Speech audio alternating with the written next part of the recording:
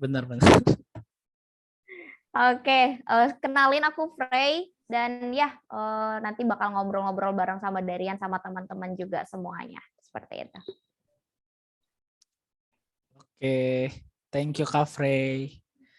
Oke, kita langsung aja nih Kak. Kita langsung ke intinya aja kali ya, jangan basi-basi kalian. Basa-basi maksudnya. Oke, gini.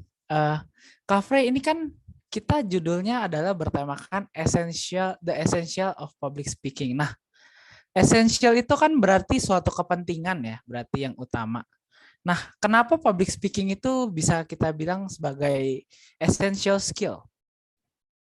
Oke, nah oke ternyata tanpa basa-basi, tanpa babi bu langsung gas Aku udah ya. nggak sabar soalnya, Iya, Kak. tanpa ini ya. Jadi teman-teman semua juga kayak udah rasanya karena Darian yang mimpin acaranya juga kayak Pak kayaknya neror Darian nih. Ayo buruan mulai Darian, jangan lama-lama gitu kan.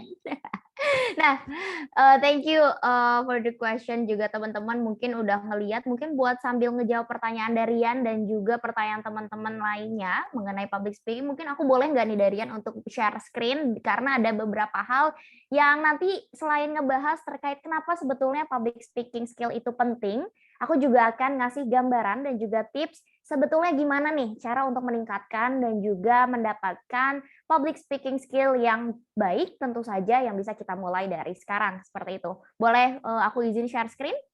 Silakan, Kak. Oke, siap. Terima kasih Darian. Buat teman-teman semuanya, balik lagi tadi aku mungkin langsung mulai presentation.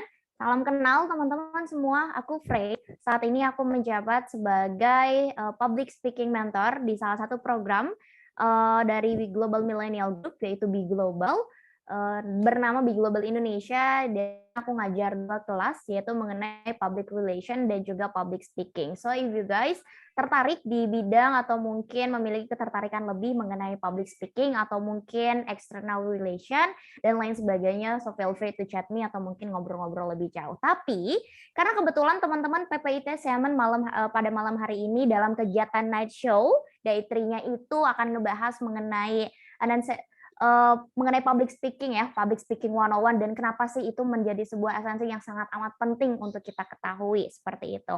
Nah, mungkin aku akan mulai the presentation. Oke, kita udah kenalan ya. Nanti mungkin teman-teman yang belum kenalan atau udah pada kenal bisa banget nanti kita akan tukeran sosial media di akhir. Tapi aku akan mulai presentasi aku untuk kita sama-sama nanya dan juga saling interaktif nih di sini. Teman-teman boleh banget langsung drop jawabannya. Aku bertanya di sini, mitos atau fakta sih menurut teman-teman semua bahwasanya kemampuan public speaking itu adalah bakat yang sudah dimiliki dari lahir. Dalam artian, kalau orang-orang yang pas kecil atau mungkin dari dulunya nggak memiliki kemampuan public speaking, itu nggak bisa memiliki. Nah, boleh banget teman-teman langsung drop jawabannya, teman-teman panitia juga boleh langsung ikutan. Kira-kira menurut teman-teman ini mitos atau fakta nih? Oke, dari Kak Jonathan mitos, Kak Gaizka mitos. Oke, thank you so much mitos. Kata Kak Winnie, kayaknya Kak Winnie ini apa namanya sangat amat menentang ya, Syah ya, gitu. Oke, sambil nunggu jawaban lainnya, aku mau disclaimer bahwa saya kayaknya kita seumuran nih guys. Jadi kita bakal chill aja, kita bakal ngobrol santai aja, dan aku juga akan menggunakan dan berusaha untuk menyampaikan presentasi seasik mungkin. Kenapa? Karena saya tahu seharian kita sudah mantengin laptop, terus juga kelas, belajar. Rasanya nih mata kayak kerjaan lu nggak ada apa sehari aja nggak buka laptop gitu kan, kayak laptop mulu nih yang ada, bukan mikirin masa depan, mantengin laptop aja terus gitu. Nah jadi ya aku akan buat sesi ini seasik mungkin dan biar teman-teman juga semakin enjoy lagi untuk menikmati kegiatan-kegiatan dan juga program yang diadakan oleh teman-teman PPIT Siaban. Nah, thank you untuk yang udah jawab. Jadi aku setuju banget bahwasanya hal tersebut atau statement tersebut merupakan mitos. Kenapa? Karena faktanya teman-teman, yang pertama yaitu bahwasanya public speaking itu bisa didapatkan dengan cara kalau seandainya kita ingin belajar, ingin latihan, dan juga ketika kita mau praktek public speaking secara konsisten seperti itu. Dan selanjutnya, Fakta yang kedua yaitu public speaking itu bisa didapatkan atau bisa dimiliki oleh siapapun, kapanpun, dan juga dimanapun. Seperti itu. Jadi buat yang bilang atau mungkin kayak ngerasa, ah dia mah emang jago public speaking-nya dari dulu, ah gue kayaknya emang nggak jago public speaking deh, dan lain sebagainya. Nah, ayo kita sama-sama patahkan statement tersebut karena kita harus sama-sama meyakini dan sekarang udah naruh mindset bahwasanya public speaking itu bisa kita pelajari dengan cara latihan, praktek, dan juga kuncinya konsisten seperti itu. Nah, langsung saja karena kita sama-sama udah satu nih ya pemikirannya bahwasanya public speaking oke, bisa dipelajari. Berarti buat teman-teman yang saat ini mungkin kayak ngerasa, duh tapi gue nggak public speaking nggak terlalu ini banget nih Frey gitu atau lain sebagainya, atau mungkin kayak udah ada yang jago public speakingnya tapi masih sering nemuin kendala-kendala, kadang suka nervous kalau lagi ditunjuk suruh ngomong, atau mungkin kadang suka ngeblank terus kayak ngomong kayak gitu. Nah, kita akan ngumpas itu sama-sama pada malam hari ini teman-teman semua. Nah, jadi sebelum kita pengen dan juga mempelajari lebih dalam mengenai public speaking, pastikan terlebih dahulu kita menjawab pertanyaan, kenapa sih sebetulnya public speaking itu penting menurut kita? Tujuan apa sih yang pengen didapetin oleh kita semua ketika ingin mempelajari public speaking? Seperti itu. Nah, mungkin teman-teman bisa jawab ini sesuai dengan kepentingannya masing-masing. Dan mungkin rata-rata anak-anak kelas aku itu menjawabnya seperti ini. Untuk persiapan karir, Frey, untuk mempersiapkan interview kalau lagi pekerjaan atau mungkin interview untuk masuk organisasi. Terus juga untuk akademik gitu karena akan ada sesi presentasi di kelas kalau seandainya ada tugas. Terus juga untuk speech and pitching, terus lomba. Lomba ini kayak ada lomba debat, lomba pidato dan lain sebagainya, presentation, dan masih banyak lagi tujuan-tujuan yang sebetulnya ini setiap orang tentu aja memiliki tujuannya masing-masing seperti itu. Tapi yang paling penting, kenapa aku menanyakan hal ini di awal, yaitu untuk kita sama-sama meyakini bahwasannya bahkan ketika mempelajari public speaking pun, kita tuh harus tahu arahnya mau kemana sih, apa sih yang mau kita tuju, apa sih yang mau kita capai, apa yang mau kita dapatkan, seperti itu. Nah, tadi setelah kita tahu arah atau tujuan kita mau belajar public speaking itu kemana, yang harus kita lakukan adalah ya udah set goals kita, terus juga fokus untuk mendapatkan hal itu. Jangan sampai kita ketika berproses untuk menuju meningkatkan kemampuan public speaking skill, kita mudah terdistraksi dengan pencapaian orang lain yang dirasa kayaknya kita mikir tuh kayak, kok nih orang udah jago sih, gue kok belum, dan lain sebagainya. Dan itu malah ngebuat fokus kita buyar yang tadinya kayak kita pengen fokus untuk ya udah gue meningkatin kemampuan public speaking atau mungkin berbagai kemampuan lainnya nih teman-teman kalau lagi ikutan pelatihan atau lain sebagainya gitu. Jadi yang harus kita lakukan adalah set goals kita, fokus untuk ngedapetin hal tersebut dan kalau bisa jangan mudah terdistraksi itu tadi. Nah, tadi aku tulis juga di bawah bahwasanya banyak banget tujuan orang-orang ingin mempelajari dan juga memiliki kemampuan public speaking skill yang baik. Dengan itu, tugas kita hanya fokus dan juga konsisten untuk mencapai tujuan tersebut. Jangan sampai kita mudah terdistraksi dengan pencapaian orang lain yang bukannya memberikan dorongan atau motivasi kepada kita buat meningkatkan kemampuan, tapi malah ngebuat kita down, ngebuat kita kayak, ah udah males, nggak mau lagi deh gitu. Soalnya Ayu udah jago nih public speaking-nya gitu. Terus Angel kayak ngerasa, males deh gue udah nggak mau temenan sama Ayu gitu. Kayak, shy, jangan gitu. Tidak dong, Angel tidak seperti itu. Oke, nah dan selanjutnya yang akan aku tanyakan adalah, guys, lo pada pernah nggak sih kalau seandainya ngedenger seseorang melakukan presentasi, entah di kelas atau mungkin ketika ikutan event online atau mungkin offline, dan ketika ada nih orang ini ngomong atau beberapa orang itu ngomong, lo tuh ngerasain kayak namanya ngantuk, terus lo kayak ngerasain namanya bosen. Padahal ini orang lagi ngomong nih Shay-nya gitu kan. Kalau Darian pernah nggak nih ya, orang lagi ngomong, lagi presentasi, tapi kita ngantuk, bosan, bingung nih ya, kayak bingung kayak, ini orang ngomong, saya yang nggak ngerti emang saya rada-rada, apa ini nyampeinnya tidak baik nih kan. Nah, bahkan paling sebelnya itu adalah kita pernah ngerasain kesel. Nah, buat teman-teman yang pernah ngerasain beberapa hal ini ketika mendengarkan ya, ketika mendengarkan orang lain berbicara, boleh banget langsung drop di kolom chat kalau pernah jawab ever, kalau nggak pernah jawab never. Aku sambil tunggu di kolom chat. Oke, biasanya hal ini terjadi ketika lagi kuliah sih teman-teman, kalau aku boleh jujur ya. Kayak gue, maaf nih, lagi ada yang presentasi, gue ngantuk nih. Udah mana capek kan, never, wah Gaiska keren banget. Dia sangat amat menghargai orang lain nih. Apresiasinya tinggi nih, dia orangnya sangat suportif nih, cocok sekali untuk dijadikan support system ya. Oh, Kak Mercedes Ever sambil nangis. Sabar, Kak, tenang. Yang nangis bukan Kakak doang, kita juga. Rasanya nih dalam hati, cuy, lu ngomong apa gitu kan? Ini gue nggak ngerti nih lu ngomong apa. Kak Angel ketawa mulu. Ini rasanya udah gondok dalam hati. Ever malah kadang ngerasa aku yang ngomong kayaknya ngantuk semua. Ya dia buka kartu. Oke, nah thank you so much buat yang udah jawab, buat yang jawab never, kamu keren banget karena berarti aku kalau boleh bilang kamu tuh sangat amat memberikan orangnya tuh apresiasi banget gitu ke orang lain seperti itu. Jadi kayak pengen ngerasa kesel tuh kayak ngerasa bersalah, aduh jangan kesel deh dia kan udah ngomong gitu. Anda sangat baik, Syai, Anda baik sekali. Tapi buat yang ever, tenang aja, sejuta umat merasakan hal yang sama.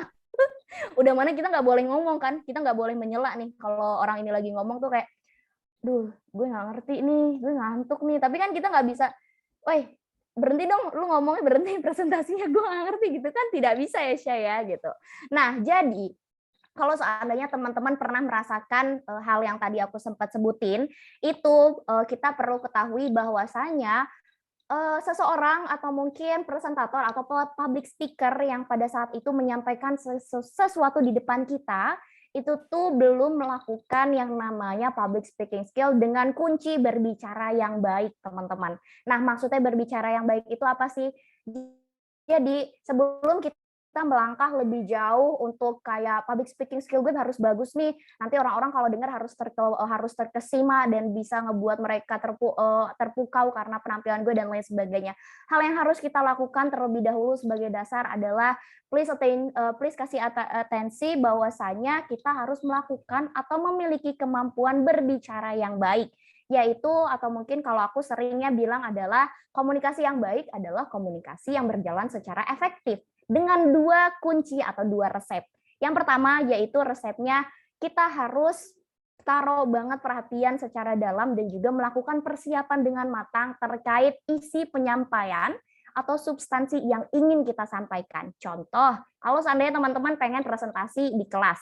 Nah, pasti kan sebelum presentasi itu nyari materinya dulu, riset, persiapan, bikin PPT, bikin paper atau makalah dan lain sebagainya gitu. Jadi kayak isi penyampaiannya itu jelas. Contoh juga misalkan nih, aku pada malam hari ini pengen nyampein materi terkait public speaking. Berarti isi penyampaiannya aku ini harus udah disiapkan. Jangan sampai saya bukan nyampein materi terkait public speaking malah jadi materi cara membuat kue kan agak rada aneh nih gitu kan. Nah, jadi kunci berbicara atau komunikasi yang efektif itu adalah kita harus pay attention terkait isi penyampaian atau substansi yang ingin kita sampaikan.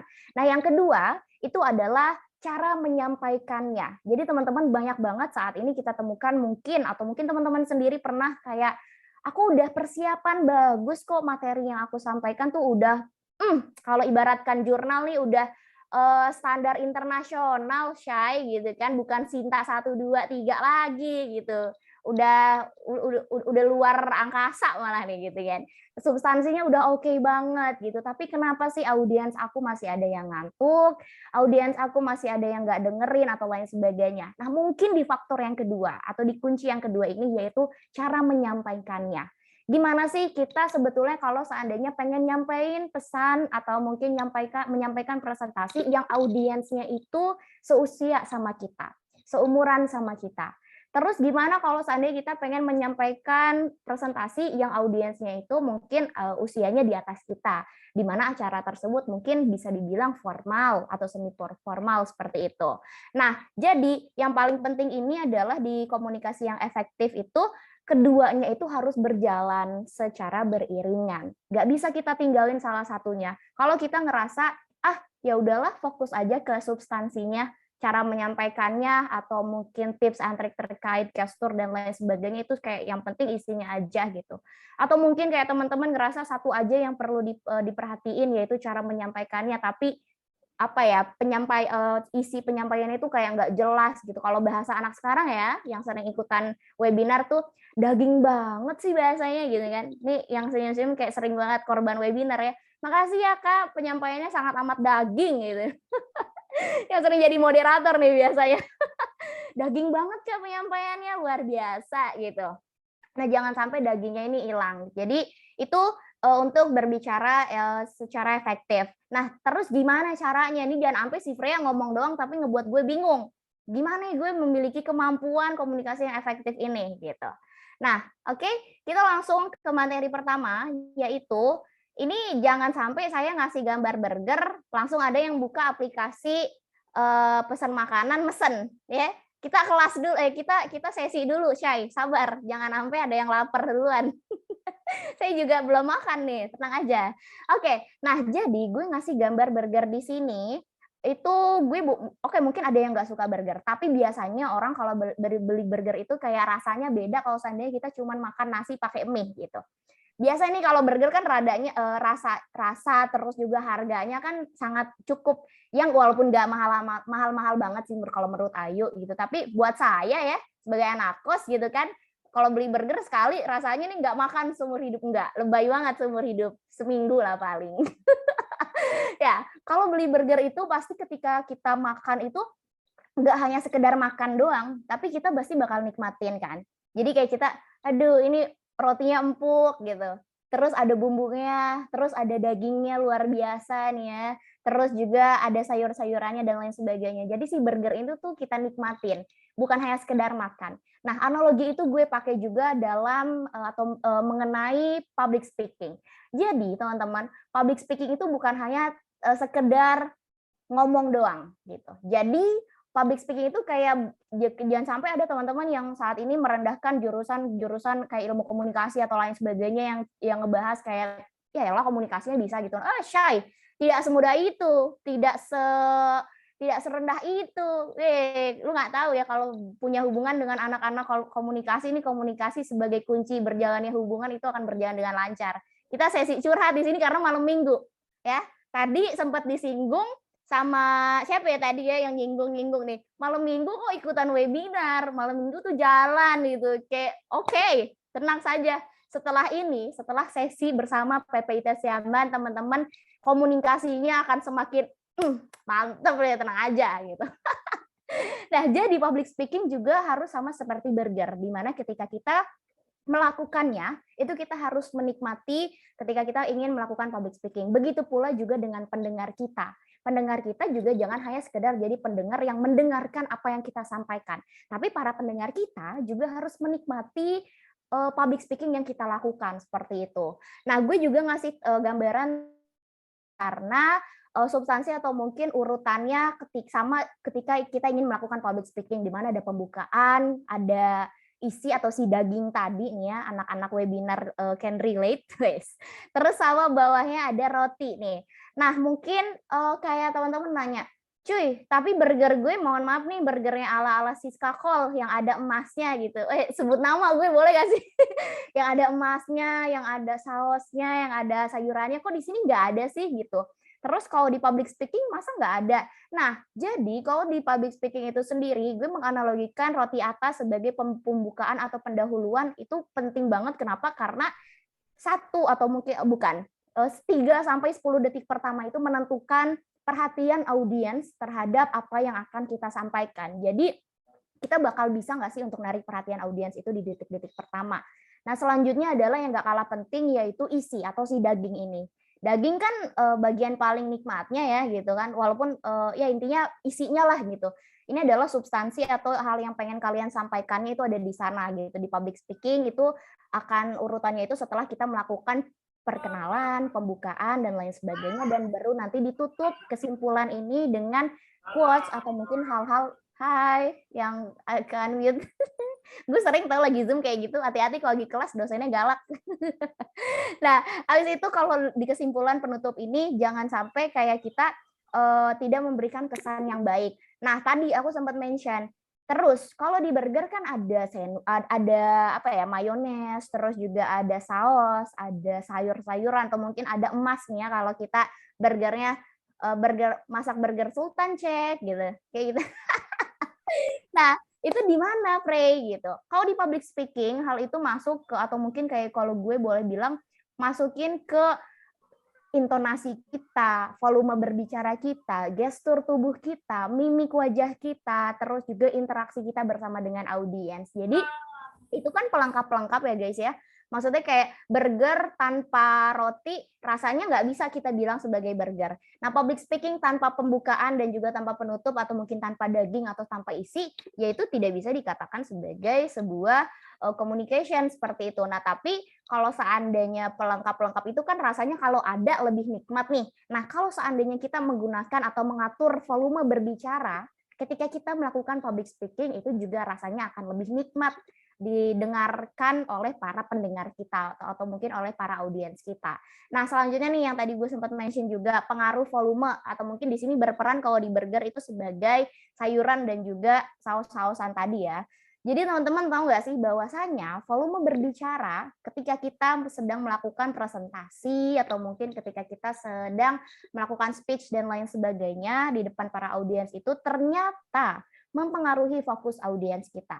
Kenapa? Karena biasanya kalau seandainya dari awal kita kayak udah agak males-malesan, ya udahlah, nih gue mau presentasi ya, dengerin, awas aja kalau nggak dengerin, ntar nilai gue jelek gitu. Kayak orang juga males banget dengerin ini orang mau didengerin apa mau dikasihanin gitu. Nah, jadi kayak kita juga harus jelas atau mungkin ya at least standar lah gitu. Jangan sampai kayak marah-marah juga nih kita ngomongnya nadanya tinggi gitu kan. Ntar orang-orang para pendengar, ya Allah ini temen gue apa dosen killer gitu. Nah, jadi kita harus memperhatikan volume berbicara ketika kita sedang melakukan presentasi karena hal tersebut juga mempengaruhi fokus audiens. Bisa juga kalian jadiin tips ketika lagi fokus menerangkan segala sesuatu, terus ada audiens nih tiba-tiba ngantuk. Coba deh kecilin suara kalian. Nah, audiens itu bukan ngantuk, lagi ngobrol nih. Nah, kecilin suara kalian, para audiens itu kayak bakalan kok suaranya hilang sih. Nah, itu bakal ngembaliin lagi fokus mereka gitu. Itu hack aja sih seperti itu. Nah, selanjutnya yang nggak kalah penting gue tulisin di sini, pengaturan volume atau berbicara juga bisa mempengaruhi rasa kepercayaan diri kita, teman-teman. Jadi, gue nggak bisa pungkiri bahwasanya ketika gue lagi gugup atau mungkin nggak siap ketika melakukan presentasi, biasanya nih nada gue akan rada terasa lebih rendah gitu daripada pada umumnya gitu, kayak oke, baik, terima kasih, gini. Jadi kayak pertama udah mana deg-degan diliatin orang, terus juga kita nggak percaya sama diri kita sendiri. Jadi kita kayaknya rasanya tuh nggak bisa itu lantang, terus tegap, terus juga kayak jelas ingin menyampaikan segala sesuatu. Jadi menurut gue volume berbicara dengan kita mengatur volume berbicara itu akan mempengaruhi fokus atau juga kepercayaan diri kita sendiri sebagai seorang public speaker atau yang menyampaikan presentasi. Selain daripada itu juga penting untuk memperhatikan intonasi, gestur tubuh, eye contact, terus juga interaksi bersama dengan audiens seperti itu.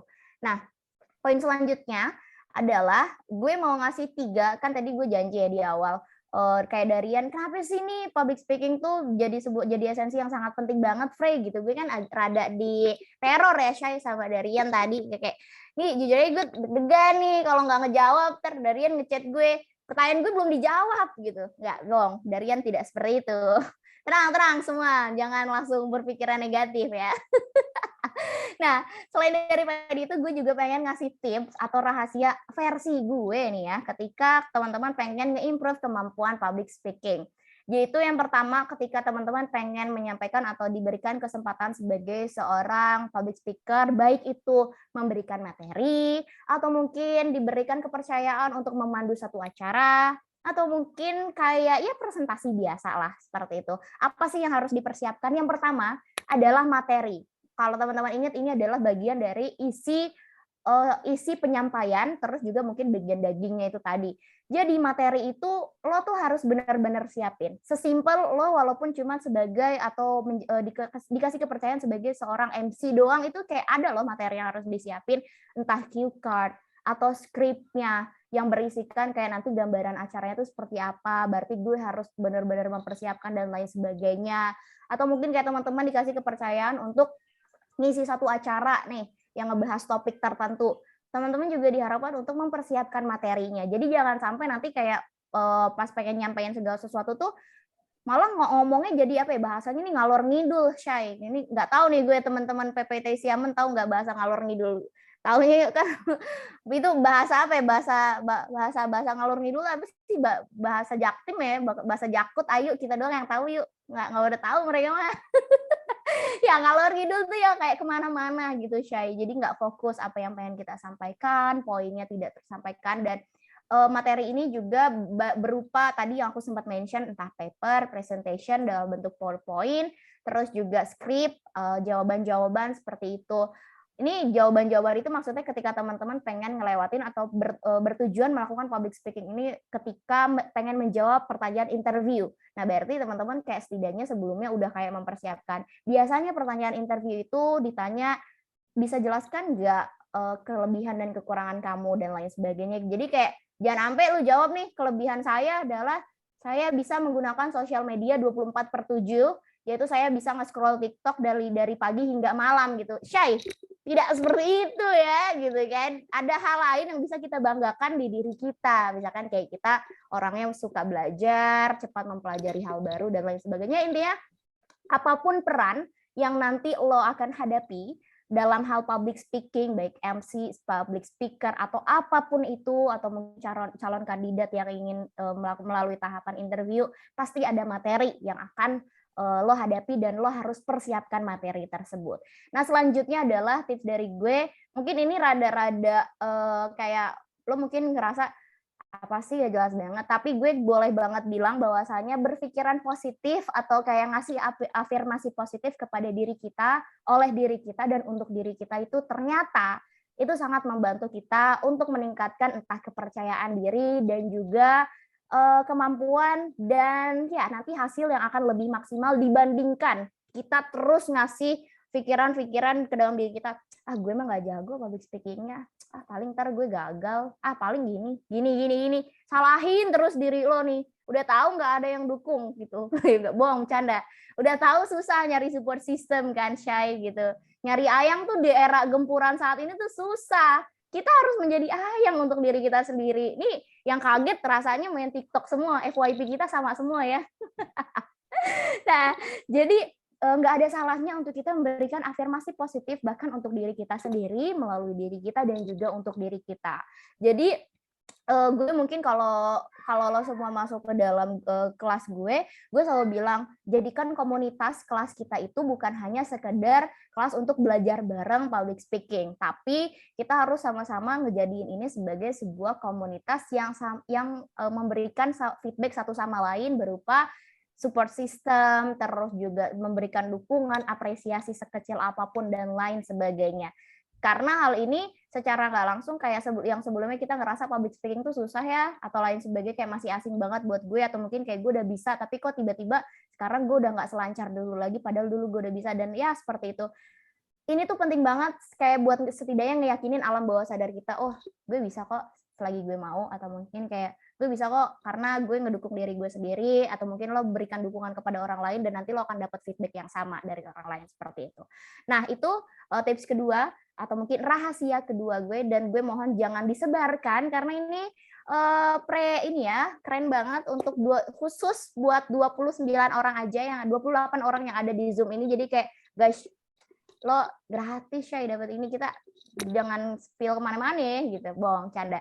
Nah, selanjutnya, rahasia selanjutnya adalah aksi atau praktek. Gue nggak bisa pungkiri bahwasanya public speaking itu bukan sekedar mengenai teori, yang dimana kalau lo mungkin nyari teori atau mungkin nyari pengertian, lo bisa lakukan itu di Google, website, cari jurnal. Apa itu public speaking? Bagaimana meningkatkan cara public speaking skill yang baik dan benar? Bagaimana memiliki kemampuan public speaking skill yang memukau dan lain sebagainya? Kalau seandainya lo cuma berhenti ketika lo searching, baca, terus stop, tinggalin ilmunya, nggak notes, nggak catat, dan nggak langsung praktekkan, ya udah. Jangan sampai kayak kita berharap terlalu tinggi kayak nunggu doi bales chat gitu. Tidak bisa shy gitu kan. Kita tuh harus melakukan praktek atau aksi lagi. Karena balik lagi public speaking itu adalah mengenai praktek gitu. Jadi kalau seandainya kita pengen memiliki kemampuan public speaking skill yang baik, ya kita mau atau enggak mempraktekannya. Kita mau apa enggak bangun ya. Aku bukan bilang cari, membangun support system. Bangun di sini artinya kayak ketika Ayu pengen nyari support system ya berarti Ayu harus kasih dukungan ke Gaiska gitu. Jadi nanti Gaiska juga memberikan feedback positif juga untuk Ayu dan nanti kalian bisa misalkan sama-sama saling mendukung gitu. Ntar abis ini follow-followan, cetan nih ke gue. Nah, dan lain sebagainya lah seperti itu. Jadi kita jangan nuntut, gue mah nggak punya support system. Ya Allah memberikan support atau enggak kepada orang lain seperti itu. Jadi kayak ya kalau gue salah satu orang yang meyakini bahwa support system itu bukan dicari tapi dibangun seperti itu.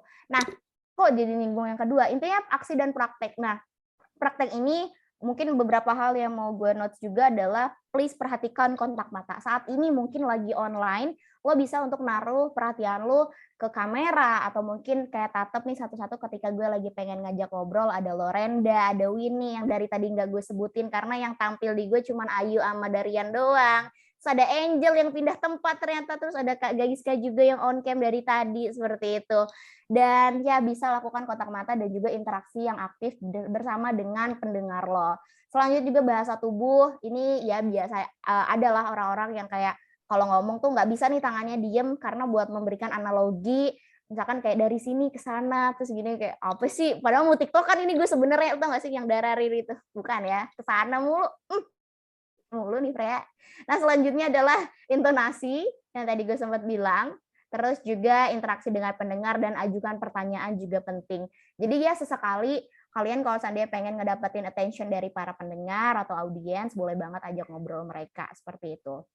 Nah selanjutnya adalah ya terakhir, berbicara terkait public speaking adalah berbicara terkait kemauan kita untuk memulainya atau tidak. Nge-challenge kita, gue pengen jadi seorang moderator yang baik dan benar gitu, yang dipercaya, yang dimana di tahun 2023 orang-orang kalau bikin event nyari moderatornya tuh ke gue gitu. Nah lo mau praktek atau enggak? Atau mungkin gue pengen menjadi seseorang yang bisa lomba dan menangin berbagai macam speech competition. Lo mau praktek atau enggak bikin text speech-nya, terus juga lo mau praktek atau enggak untuk cara nyampein speech lo tingkatin lagi dan lain sebagainya, terima koreksian dan lain sebagainya seperti itu. Nah, it's all about practice. Nah, terakhir yaitu gue mengucapkan thank you karena kalau kata Tulus sebelum pergi ya tolong ucapkan hati-hati di jalan, Syai gitu. Dan ya, see you next time. Gue akan berikan kembali sesi ini kepada moderator kita, Kak Darian, yang rasanya tadi udah ini gue sebut mulu nih kata Kak Darian salah apa gue Frey gitu kan. Gak mau bercanda ya. Nah, oke. Sesinya aku kembaliin lagi ke Kak Darian. Thank you Kak Frey. Gimana teman-teman semuanya? Keren kan presentasi dari Kak Frey ini? Jadi kesimpulannya adalah kalau mau public speaking kita harus pede, bener nggak sih Kak? Apa aku salah? Di mute Kak. Iya kan gue ngehargain lo ngomong nih. Gue nggak harus unmute juga ya. Betul banget kok Darian. Betul banget. Nah itu yang ditunggu dong jawabannya. Terus dari presentasi kakak yang aku simpulkan adalah kita kalau mau public speaking selain PD itu kita juga harus bisa dari gerak-gerik tubuh ya Kak, betul ya? Betul banget loh. Berarti aku mau tanya nih Kak, kalau misalkan untuk anak-anak yang introvert itu bisa nggak sih untuk menjadikan dia sosok public speaker kayak gitu? Oke.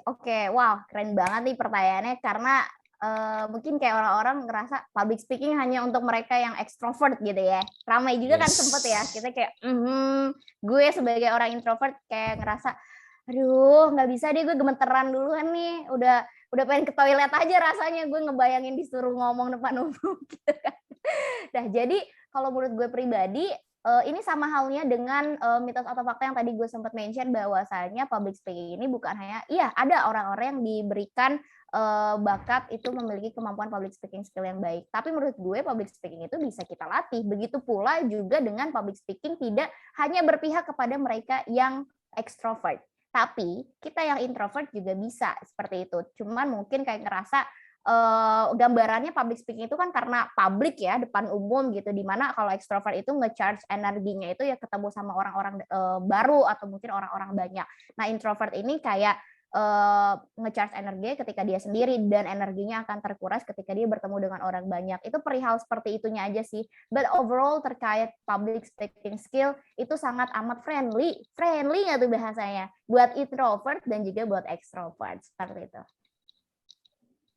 Terus Kak, kalau misalkan nih, Kakak kan tadi kita bisa lihat, kita semua teman-teman kita bisa lihat kalau Kak Frey ini, dia presentasi dengan sangat pede banget, dia ngejelasinnya dengan sangat lancar. Nah, gimana caranya kalau misalkan aku mau presentasi nih Kak, tapi pas udah mau presentasi malah ngeblank. Nah, gimana itu cara ngatasinnya tuh Kak? Oke, balik aja sih nggak usah presentasi, bohong, canda. Jangan dong, nanti nggak dapet nilai. Ini jawaban yang sangat amat tidak membantu ya Winnie ya, kayak lo kesel banget nih orang jawab gini gitu, udah ditunggu-tunggu kan. Oke, sebetulnya mungkin itu karena biasanya disebabkan karena kita nervous atau mungkin karena kita ya deg-degan tadi, terus juga kayak campur aduk nih pikiran-pikiran. Yang biasa gue lakukan dan gue kasih tips ke teman-teman gue adalah hal yang pertama yang harus lo sadari bahwasanya nervous atau rasa deg-degan itu adalah perasaan yang sangat amat wajar untuk dimiliki oleh seluruh orang ketika ingin menyampaikan sesuatu di depan umum. Bahkan sebagai seorang expert pun, salah satu public speaker di Indonesia yang waktu itu ketika ditanya, Mbak pernah nggak sih yang ngerasain yang namanya deg-degan ketika pengen menyampaikan segala sesuatu sampai kayak rasanya ngeblank gitu, hal yang disampaikannya tiba-tiba hilang. Beliau sebagai seorang expert itu beliau menjawabnya, ya pernah lah, hal itu kan normal gitu. Jadi kenapa gue bilang ini, hal yang pertama yang harus lo sadari dan harus kita lakukan sama-sama adalah jangan ngedenial itu. Jadi kita terima, oke, gue deg-degan saat ini. Dan it's really okay. Karena apa? Karena gue punya kabar baik. Yang ngerasa deg-degan seperti itu bukan hanya kalian, tapi seluruh para pendengar kalian pun ketika ditunjuk atau mungkin di posisinya sama seperti kalian itu merasakan hal yang sama. Jadi setidaknya kita akan mengurangi rasa tegang kita dengan cara kita menerima, oke, gue tegang, tapi gue harus tahu bahwa setiap orang ketika ditunjuk sebagai seorang public speaker atau ketika orang ditunjuk sebagai seorang MC moderator atau apapun itu yang harus ngomong depan umum pasti juga pernah deg-degan dan itu wajar. Kedua, selanjutnya adalah tadi rahasia gue secara langsung pokoknya harus langsung tarik nafas, tenangin diri gue. Kita nggak bisa ngandelin orang untuk nenangin diri kita pada saat itu. Jadi kita kayak langsung aja tarik nafas, atur nafas kita, dan langsung memberikan afirmasi positif dari pikiran kita yang nanti akan berdampak pada detak jantung kita yang tadinya kayak sedikit melambat, terus juga kayak nanti lebih tenang gitu. Dan ya mungkin kalau gue hal-halnya seperti itu. Terus kalau seandainya nervous ini dilengkapi atau dihadiri dengan kehadiran kata-kata yang pengen nyampein segala sesuatu tapi gitu. Itu juga mengatasinya hal yang sama. Jadi kita jangan sampai kayak megangin baju kita karena kita deg-degan gitu kan, pernah ya, duh anjir gue deg-degan banget nih gitu kan, megang-megang ini, tapi kayak kita pakai aja gerakan tangan kita ini buat ngapain. Kayak gitu sih Darian, semoga menjawab. Pertanyaan terakhir dari aku nih Kak, aku penasaran nih sama case-case orang yang demam panggung tuh Kak. Oke. Nah itu gimana cara kita mengatasi yang namanya demam panggung? Oke, mengatasi demam panggung itu sebetulnya hampir sama ya tadi, kayak tadi tiba-tiba deg-degan karena kan demam panggung ini biasanya disebabkan karena entah dia pernah melakukan presentation atau pernah melakukan sesuatu di panggung terus dapetin feedback yang kurang baik, jadi trauma. Itu pertama itu biasanya. Terus juga kedua karena emang belum pernah mencoba sama sekali. Jadi hal itu masih asing. Jadi ada dua case ya di sini, dua penyebab maksudnya. Yang pertama itu karena emang orang ini tuh udah pernah terus feedbacknya negatif dari para pendengar sehingga ngebuat dia kayak gue nggak mau lagi gitu. Jadi trauma nih, jadi demam panggung gitu. Yang kedua karena emang belum pernah sama sekali. Jadi kayak masih asing, gue nggak tahu gimana rasanya ketika presentasi di atas panggung atau tampil di atas panggung dan lain sebagainya seperti itu. Nah, untuk mengatasinya kedua hal ini tentu saja berbeda, tapi gambaran umumnya yang harus gue lakukan adalah demam panggung kan itu berarti terkait kepada efektivitas berbicara tadi ya. Jadi kayak entah kitanya ketika pengen menyampaikan segala sesuatu substansinya itu belum kita persiapkan dengan matang, jadi kayak kita takut salah nanti gitu. Duh, gue nanti takut ada yang takut ada yang keliru nih dan lain sebagainya, nanti nggak disampaikan dengan jelas seperti itu. Jadi yang harus kita lakukan untuk mengatasi hal itu adalah well prepared gitu. Jadi kita kayak harus benar-benar persiapin apa yang pengen kita sampaikan dengan matang, dengan ibaratnya kalau daging nih udah empuk banget, Shay. Jadi jangan setengah matang lu kasih ke orang gitu. Harus udah empuk banget nih gitu materinya. Terus juga yang kedua adalah tadi penyampaiannya kita harus berlatih atau mungkin latihan bareng sama teman-teman yang sebelumnya udah sering untuk tampil depan panggung. Tanyain ke mereka, cuy lo kalau lagi kayak gini gimana sih tipsnya dan lain sebagainya seperti itu. Jadi kayak ya overall kita harus yakin terlebih dahulu kalau seandainya kita udah melakukan persiapan yang matang, persiapan yang baik dan lain sebagainya. Itu kalau seandainya nanti perihal hasil terus juga perihal feedback dan apapun itu yang di luar kontrol kita, itu kita kayak akan lebih legowo untuk menerimanya karena setidaknya kita sudah melakukan persiapan dan mengatur apa yang kita bisa atur dengan maksimal mungkin. Seperti itu, Darian. Oke, gila jawabannya bagus banget sih teman-teman. Aku jadi paham gini, gimana cara ngatasin demam panggung nih. Oke, kita lanjut aja ke sesi Q&A. Jadi buat teman-teman yang mau nanya nih langsung sama pro playernya nih, seniornya nih untuk public speaking. Ayo siapa boleh langsung aja langsung tanya ya.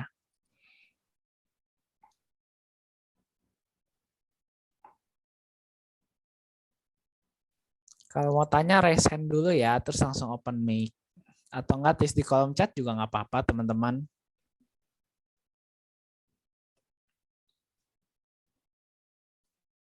Ayo jangan malu-malu, langsung nih sama seniornya nih. Kapan lagi kan?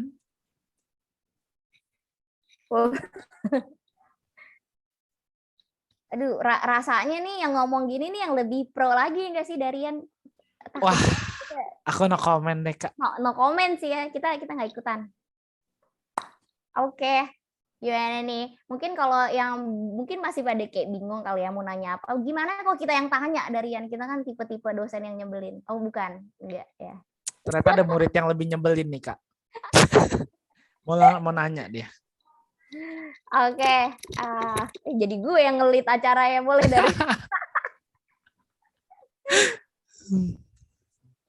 Oke, dari panitia sendiri rupanya nih. Apa nih yuk, mau ditanya apa? Halo Kak Freya, aku mau tanya nih. Kalau semisal nih ya, kita mau bicara di depan umum, kita tuh harus tahu dulu nggak sih kelemahan sama kelebihan kita tuh apa? Oke, aku boleh langsung jawab, Darian, atau gimana nih? Silakan aja Kak, langsung jawab nggak apa-apa. Oke, siap. Thank you Ayu for the question. Keren banget pertanyaannya. Jadi kayak nih cuy, sebelum gue pengen menyampaikan segala sesuatu depan umum tuh kita perlu nggak sih tahu kelebihan, keunggulan gue atau mungkin kekurangan gue tuh kayak luar biasa nih self analysisnya Ayu nih sangat amat tinggi nih. Kalau skor mungkin gue bisa kasih skor 9 gitu kan. Sebelum melakukan segala sesuatu Ayu tuh harus nganalisa terlebih dahulu dan itu sebetulnya penting atau enggak dalam public speaking. Kalau gue sendiri jawabnya adalah itu hal yang penting. Kenapa? Karena pertama ketika kita mengidentifikasi terlebih dahulu apa aja sih kekurangan kita, kekurangan dulu ya. Jadi kita bisa mengantisipasi dan juga melakukan pencegahan dan juga penyelesaian masalah yang baik terkait kekurangan kita ketika kita ingin tampil depan umum. Gue kasih contoh misalkan, kekurangan gue itu biasanya itu pelupa. Berarti gue harus tahu, ketika gue pengen menyampaikan segala sesuatu depan umum, setidaknya gue bikin notes sendiri. Bikin notes kecil yang nanti akan berisikan apa aja sih yang harus gue sampaikan. Terus mungkin ada lagi orang-orang yang kekurangannya tuh kayak sering ke toilet padahal udah detik-detik mau disuruh maju nih kan. Berarti yang harus dilakukan adalah jangan banyak minum sebelumnya gitu karena udah tahu kayak sering bolak-balik ke belakang seperti itu, berarti harus dikontrol itunya. Terus juga apa aja kekurangannya atau apapun itu pokoknya kekurangan yang kamu rasa ada nih kamu miliki seperti itu. Tujuannya apa tadi? Untuk kita bisa mengatasi hal tersebut dan juga bisa menyelesaikannya gitu sebelum kita tampil di depan umum. Selanjutnya terus penting nggak sih untuk kita tahu kelebihan kita? untuk mengetahui kelebihan ketika pengen menyampaikan segala sesuatu di depan umum itu penting banget. Kenapa? Karena itu bisa menjadi ciri khas dan juga pembeda serta ngebuat speech kalian atau penampilan kalian itu lebih outstanding lagi. Jadi misalkan kalau Ayu misalkan kelebihannya itu ketika menyampaikan segala sesuatu itu suka senyum. Dia tuh emang ramah banget orangnya guys, friendly banget nih ya. Jadi kalau ngomong apapun itu selalu memberikan positive vibes gitu. Nah, berarti kamu harus tahu kelebihan aku ini. Jadi nanti aku ketika presentasi hal plus atau mungkin poin yang nggak dimiliki oleh orang lain tapi dimiliki oleh aku tuh seperti ini. Jadi aku bisa maksimalkan. Seperti itu Ayu untuk jawabannya. Semoga menjawab. Gimana yuk? Udah oke belum jawabannya nih? Kalau belum oke tanya aja terus nggak apa-apa. Oke banget, Kak. Oke, lanjut nih ya Kak ya. Ini ada dari Kak Diana Inas Utami nih. Mau dia izin bertanya, gimana cara kita menguasai audiens ketika menjadi public speaker tuh Kak? Oke, thank you for the question Kak Diana. Ini jadi salah satu poin yang paling penting banget untuk kita. Kenapa? Karena balik lagi public speaking itu ya tentang kita sebagai speaker atau mungkin sebagai seseorang yang menyampaikan, terus juga tentang para pendengar yang menerima apa yang kita sampaikan. Jadi pertanyaan Kak Dian ini luar biasa banget karena terkait kritikal ya. Gimana sebetulnya biar audiens kita itu terbawa atau terpengaruh oleh kita ketika kita menyampaikan atau mengisi satu sesi seperti itu. Jadi yang harus kita lakukan adalah pertama, kenali audiensnya terlebih dahulu. Ini usianya rata-rata berapa sih? Terus juga dari organisasi mana atau mungkin kayak ya setidaknya profil umum secara ya general itu tadi kalian tahu gitu. Jadi tujuannya apa? Jadi kalau seandainya usianya ternyata nggak beda jauh sama kita nih, terus juga sama-sama masih Gen Z atau mungkin millennials akhir, itu kita bisa jadi menyampaikan penyampaian-penyampaian yang chill, yang asik. Jadi para audiens kita itu seru banget gitu ngedengerin apa yang kita sampaikan dan lain sebagainya. Tapi kalau seandainya audiens kita yang tadi aku sempat mention juga di presentation, kalau seandainya audiens kita itu usianya lebih di atas kita dan emang sesinya itu adalah sesi formal, berarti kita diharapkan untuk bisa menyesuaikan hal-hal yang kita sampaikan itu lebih profesional, lebih terdengar tegas, lugas, terus juga bijak dan lain sebagainya. Jadi yang paling penting adalah kenali audiensnya. Selanjutnya yang kedua adalah kenali acaranya. Jadi acaranya ini tuh tujuannya apa, visinya apa, outputnya apa, atau goals-nya itu apa, gimana cara kita tahu acaranya itu seperti apa, ngobrol sama panitianya. Ini teman-teman dari panitia ekspektasinya seperti apa sih? Nanti para peserta atau para audiens itu diharapkan untuk bisa memiliki atau dapetin insight apa. Jadi kalian nanti bakal adaptif gitu terkait request-request dari panitia seperti itu. Jadi selain kita mengenali peserta atau audiens kita juga mengenali dengan baik program atau kegiatan apa yang sedang kita isi pada saat itu. Jadi kayak gitu Kak Diana, semoga menjawab. Berarti kalau begitu case-nya kita harus lebih aktif ya Kak buat agar bisa menguasai audiens. Oke nih Kak, selanjutnya ada dari Kak guys, Kak. Dia bertanya, saat sedang presentasi ke audiens, apakah lebih saat presentasi ke audiens lebih bekerja pada saat presentasi online? Maksudnya, sorry. Apakah sesi bertanya pada saat sedang presentasi ke audiens lebih bekerja pada saat presentasi online? Oke, thank you Kak Gaiska. Aku izin konfirmasi. Thank you so much for the question. Jadi kayak Kak Gaiska ini dulu ceritanya pernah nih lagi presentasi offline gitu. Tapi pas sesi tanya jawab kok krik-krik, orang-orang nggak pada mau nanya seperti itu. Tapi kenapa pas presentasi online rasanya lebih banyak yang nanya atau mungkin lebih interaktif kayak gitu ya Kak Gaiska pertanyaannya. Oke, biasanya nih ya orang-orang kalau pas presentasi offline nggak pada mau nanya, mungkin dia lagi mikirin, aduh outfit gue bagus gak sih? Enggak ya, nggak gitu ya. Atau mungkin mikirin, makeup gue luntur gak sih? Enggak ya, tidak seperti itu. Tapi mungkin saat ini adalah kalau gue boleh bilang mungkin sebagai sudut pandang gue sebagai mahasiswa yang ternyata emang kalau pas offline juga ketika mau nanya tuh mikirnya tuh berkali-kali, muter-muter terus kayak, ini gue nanya nggak ya? Terus kalau gue nanya orang-orang pada ngeliatin gue, terus sampai gue duduk nih masih diliatin nih gitu. Gue diri tuh udah diliatin, gue angkat tangan aja udah diliatin. Gitu. Tapi kalau pas presentasi online kan audiens kita tuh lagi di rumah atau mungkin lagi ada kegiatan masing-masing gitu. Jadi kayak ya udahlah tanyain aja pertanyaan atau mungkin kayak ketik aja pertanyaannya seperti itu. Nah, kalau menurut gue sendiri, it all depends, tergantung kepada gimana lo menyampaikan presentasi lo itu. Kalau seandainya offline, berarti lo harus ngebawa dan juga ngebuat suasana tersebut seasik mungkin. Jadi ngebuat audiens ketika ingin bertanya tuh ngerasa secure gitu, kayak ngerasa aman, gue nggak perlu malu dan gue nggak perlu khawatir ketika ingin bertanya. Cuman kalau lo tanya, kenapa ya lebih banyakkan yang online, lebih banyakkan sesi interaktif ketika online daripada offline? Karena ya mungkin saat ini kita sudah beradaptasi dengan baik, Syai, dengan Zoom ya. Kita sudah sangat bersahabat, kita bestian sama Zoom nih kayak Zoom, you're my life. Gitu kan, kayak nggak ada lagi bestie gue di dunia ini selain Zoom kan, selain Google Meet, selain apa lagi nih, tim gitu, My Teams, lain sebagainya. Seperti itu, Kak Gaiska. Semoga menjawab. Oke, Kak. Ini ada pertanyaan lanjutan lagi nih. Wah, banyak sih Kak yang nanya. Dari Kak Kartika. Bagaimana menjelaskan suatu materi yang rumit menjadi mudah dipahami, Kak? Oke, nah ini pertanyaan yang luar biasa bagus karena biasanya ini itu akan tergantung ke thank you so much for the question Kak Kartika. Jadi sesulit apa gue nih fun fact terkait gue, sesulit apapun materinya, kalau seandainya dosen gue yang ngomong ini emang cara jelasinnya tuh enak, itu pasti gue ngerti.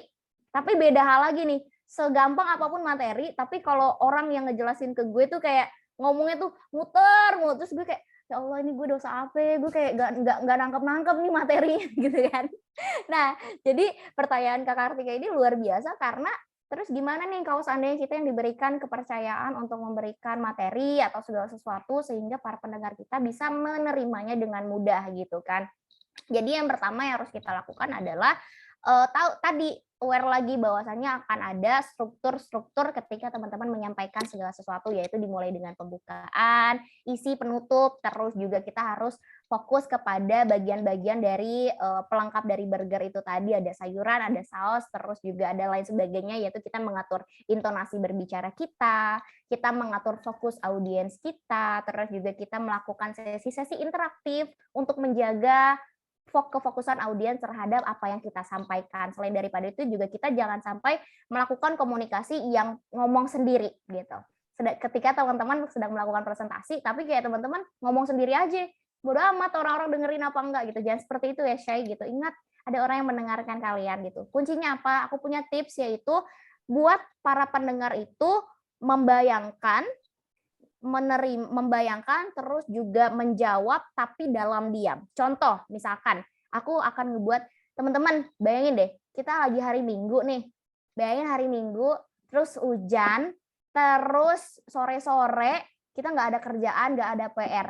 Gila nggak sih? Terus pas banget emak kita tuh abis masak Indomie rebus. Kira-kira teman-teman bakalan mau makan nggak sih? Nah itu. Jadi para audiens kita kan sedang diam sebetulnya, tapi terbangun imajinasinya dengan apa yang kita sampaikan. Oh iya, gue kayak ngebayangin hari Minggu, mana hujan, ya mana nggak ada tugas, ya mana ada Indomie, anget, rebus kan kayak pedes, wah luar biasa. Ada telurnya nih setengah matang, saya tim setengah matang BTW. Nah, iya kayak gitu. Terus mereka juga ngejawab. Kita tanyakan pertanyaan. Kira-kira teman-teman bakal makan nggak sih gitu? Kalau saya sih bakal makan gitu. Nah, mereka kan pasti bakal jawab dalam pikiran mereka. Itu salah satu tips untuk mempengaruhi kefokusan dan juga pikiran audiens buat tetap sejalan terus sama penjelasan kita. Seperti itu Kak Kartika. Aduh, jangan ngomongin makan-makan dong Kak, aku jadi lapar. Jangan loh, aku belum makan loh. Ya, sama kita ntar habis ini pesan makanan ya. Oke nih Kak, aduh udah hampir di penghujung acara aja nih Kak. Ini ada pertanyaan terakhir nih dari Jonathan. Jadi Kak Jonathan nih nanya, caranya nih gimana caranya kita bisa menyampaikan presentasi dengan baik saat kita sudah tahu mau menyampaikan sesuatu, tapi saat bicara malah ngeblank atau nggak bisa komunikasiin dengan baik. Mungkin kayak ngelibet kali ya maksudnya, saya juga kurang paham kan. Oke, betul. Thank you Kak Jonathan for the question. Pertanyaannya bagus banget dan aku rasa ini langsung kayak hati teman-teman lain yang belum bertanya, anjir nih Jonathan mewakili pertanyaan gue gitu. Gue udah melakukan persiapan dengan baik, gue udah berusaha latihan, tapi kenapa pas lagi presentasi kok masih sulit juga gitu menginikannya gitu. Apa namanya? Ada aja nih pokoknya kendalanya, ngeblanknya atau lain sebagainya gitu. Terus gimana nih cara kita mengkomunikasikannya dengan baik dan benar? Mungkin ini jawabannya akan nggak jauh-jauh beda ketika teman-teman tadi ngalamin yang namanya nervous atau mungkin kayak tiba-tiba demam panggung atau lain sebagainya. Jadi yang pertama harus teman-teman lakukan adalah percaya bahwa saya teman-teman sebelumnya sudah melakukan persiapan yang sangat matang. Berarti perihal hasil itu tetap diusahakan, tapi prosesnya kan kita sudah lalui gitu. Prosesnya sudah kita capai, prosesnya sudah kita usahakan dengan maksimal. Untuk hasil berarti itu nanti akan ada campur tangan Tuhan ya gue rada religi ya bahasa. Ya intinya akan ada campur tangan apa namanya Tuhan kita gitu kan buat memberikan kesempatan kita nanti presentasinya akan baik atau tidak gitu. Jadi yang harus kita lakukan adalah jangan lupa berdoa ketika sebelum memulai presentasi atau menyampaikan segala sesuatu gitu. Ya at least itu bakalan nambah ketenangan buat diri kita ya nggak sih, kayak sebelum daripada kayak kita sombong gue mah udah bisa gini. Ntar lu tiba-tiba dibikin berlibet lu kan. Ya, jangan sampai ya Syai gitu. Ya intinya kayak kita harus tetap rendah hati ketika kita sudah melakukan usaha yang maksimal, kita juga harus tetap meminta bantuan dan juga memberikan ketenangan kepada diri kita sendiri seperti itu. Selain daripada itu kita juga jangan lupa untuk memberikan afirmasi positif untuk diri kita, terus juga dukungan untuk diri kita dan lain sebagainya. Mungkin aku kalau boleh kasih tips yang aku lakukan kalau lagi presentasi terus banyak nih materinya, aku akan bikin notes di setiap slide gitu loh. Jadi oke, slide ini gue nanti fokusnya akan ngebahas ini. Jadi sekiranya nanti gue lupa, ada beberapa poin yang lupa, tapi intinya gue akan ngebahas hal ini secara general atau secara umum. Seperti itu sih, Kak Jonathan. Semoga menjawab. Thank you for the question. Gila jawabannya. Jelas, singkat, nggak singkat sih, panjang dan sangat padat ya. Bagus banget jawabannya. Oke nih Kak, kita ada di penghujung acara nih. Mungkin buat teman-teman yang masih mau tanya-tanya, mungkin bisa nanti DM Kak Fry aja kali ya. Oke, sebelumnya aku minta maaf karena aku lagi nggak aktif sosmed, khususnya Instagram. Tapi kalau aku ada LinkedIn, buat teman-teman yang chat via LinkedIn juga boleh banget bilang aja dari acaranya teman-teman PPIT Xiamen. Oke, wait, aku drop LinkedIn aku di situ buat yang mau connect terus mau dapetin recommendation skill public speaking karena udah ikutan sesinya PPIT Xiamen juga boleh banget. Nanti saya kasih kan kapan lagi nih. Berterima kasihlah kepada panitia PPIT Xiamen.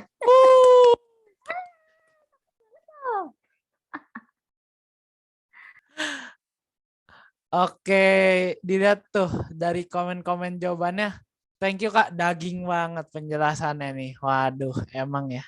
Kalau yang dasarnya udah public speaker tuh mau ngomong gimana-gimana juga pasti bagus banget. Oke, ini udah di penghujung acara nih Kak, udah sesi terakhir nih. Apa pesan-pesan yang ingin Kakak sampaikan nih ke kita semua sebagai public speaker? Oke, jangan lupa ikutan kelas saya ya guys, karena hal yang saya sampaikan tadi langsung selling nih. Otak-otak bisnisnya nggak mau hilang kan? Enggak, tadi saya diingetin sama Ayu di kolom chat, Kak jangan lupa untuk promosi kelas kakak gitu, kayak gue udah nggak mikirin bisnis yuk, lu tiba-tiba ngingetin gue. Ya intinya tadi yang gue sampaikan itu adalah beberapa cuplikan materi yang gue sampaikan kepada anak-anak gue selama pertemuan 4 minggu seperti itu. So kalau kalian pengen intens dan juga menyeriusi terkait improvement public speaking skill khususnya, itu boleh banget untuk cari bangun support system, terus juga cari bangun lingkungan yang emang sama-sama tujuannya untuk meningkatkan kemampuan public speaking. Mungkin gue kasih rekomendasinya ikutan kelas gue. Kayak masa gue rekomendasiin toko sebelah kan tidak, Syai gitu. Oke, udah awan kalau gitu aja. Thank you Darian. Oke, jadi so guys, teman-teman.